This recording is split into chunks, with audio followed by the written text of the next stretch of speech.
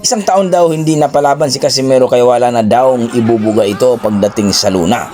Tumaba na daw ito at talagang mahina na daw ito. Pero baliktad ang nangyari mga idol, pinulos lang itong si Sanchez ng isang round ni Cuadralas Casimero. Maraming ang natalo mga idol at hindi nakamabuon dahil akala daw nila na panalo na itong si Sanchez sapagkat nag-rehydration close pa ito ng 128 pounds itong si Casimero. Kaya ang dami talagang natalo mga idol.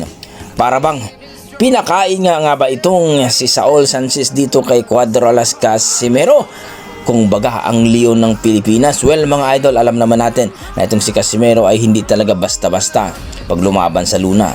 No, kaya niya mag-entertain ng tao, kaya kung baga mga idol, ang sarap niyang panoorin pagdating sa Luna kung lumaban na itong si Casimero. Kaya kaabang-abang nga ito pag lumaban mga idol, marami talagang nakatutok.